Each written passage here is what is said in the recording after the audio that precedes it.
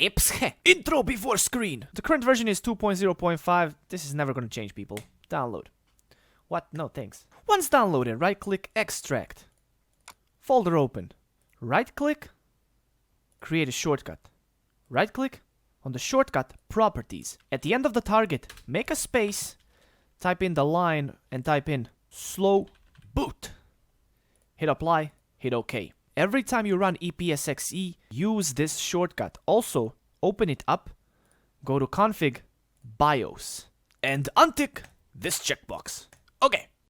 Of course, you will need to use a valid BIOS for the screen to show up. What is a BIOS? It's just a file you need to acquire off of the internet. I can't give you any download links because downloading BIOS files is actually considered illegal. However, I am still totally free to give you advice where to acquire it. So all I did is open up DuckDuckGo and I typed in ePSXe BIOS and then just let my imagination roam around, you know?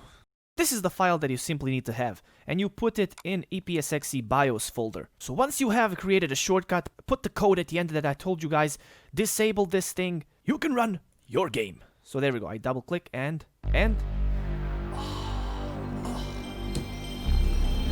Oh, good.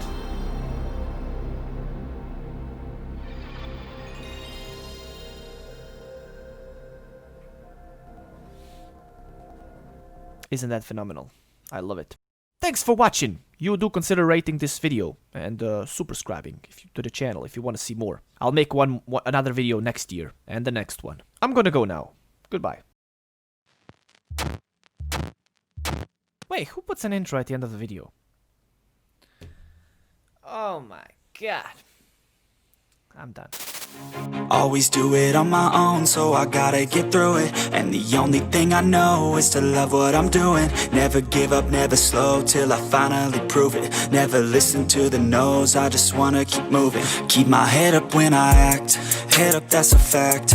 Never look